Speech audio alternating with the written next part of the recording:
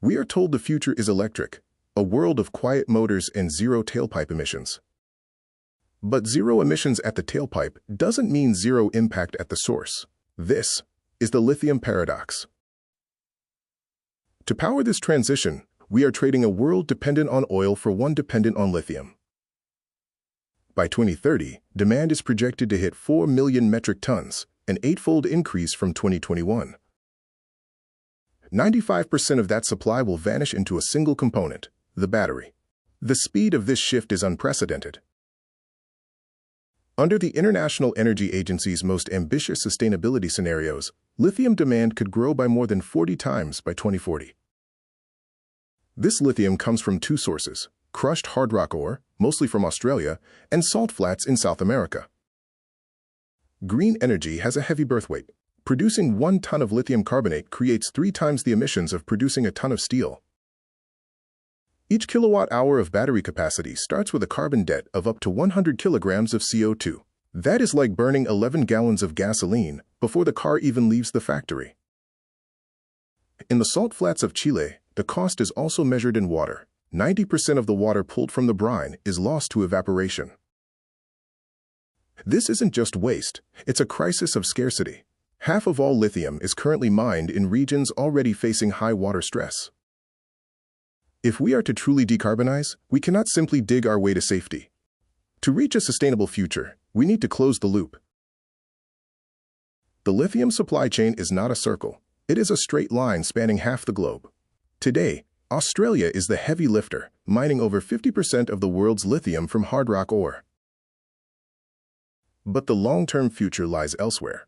The Lithium Triangle, Chile, Argentina, and Bolivia, holds 65% of the world's known resources beneath its salt flats. At the same time, new frontiers like Argentina and Brazil are scaling operations to capture a combined share of over 6% of the global mining market. Extraction is only the first step. Raw lithium is useless for a battery until it is refined into high-purity chemicals. China dominates this middle ground. They account for less than 15% of global mining, but refine nearly 60% of the world's supply. This creates a massive logistical dependency. Most raw lithium must travel thousands of miles across the ocean just to reach a factory. We have built a system of extreme geographic concentration. To reach your car, the material must survive a gauntlet of global trade and geopolitics. But distance isn't the only hurdle. The greatest barrier to a sustainable future is hidden inside the battery itself. To understand why we cannot simply reuse our way out of this crisis, we must look inside the black box. Every cell is a balance of 4 parts: a cathode, an anode, a separator, and a liquid electrolyte.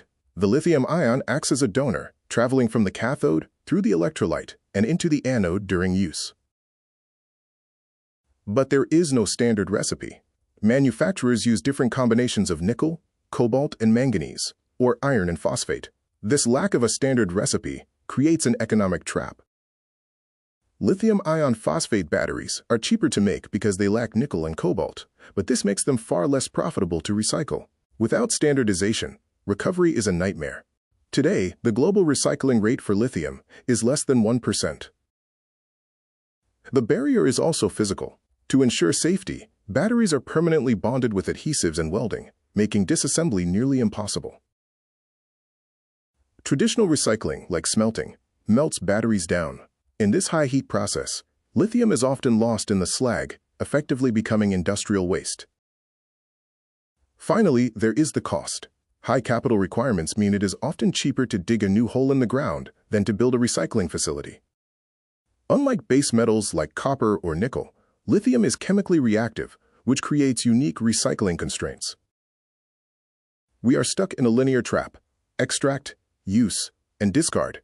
But a new wave of urban mining is attempting to break the wall. Urban mining means treating our discarded phones and old EV batteries as the new mineral deposits of the 21st century. We are moving away from traditional smelting, which loses lithium in the waste. Instead, we use hydrometallurgy, a chemical bath that dissolves the battery to recover almost all its metals. This liquid path can pull out lithium, nickel, and cobalt at significantly higher recovery rates than heat-based methods. At the source, Direct lithium extraction, or DLE, is replacing massive evaporation ponds with high-tech filters that pull lithium directly from brine. DLE is a game-changer, doubling recovery rates from 40% to over 80% while drastically reducing water usage. This isn't just a supply strategy, it's an emissions strategy. Using recycled content can cut the battery's manufacturing carbon footprint by up to 30%. We are even looking past current chemistry, with solid-state and sodium-ion batteries offering new ways to store energy. The lithium paradox is not yet solved, but the tools are emerging. The challenge now is to shift our focus from simple extraction to long-term stewardship. For a century, we operated on a linear model. We extracted, we used, and we discarded. But the scale of the energy transition makes that model impossible to sustain. Decarbonizing our world requires more than just swapping a gas tank for a battery. It requires us to account for the carbon debt and water stress built into every cell. The lithium paradox is a reminder that there is no such thing as free energy. Sustainability is not a destination, it is a cycle we must learn to maintain.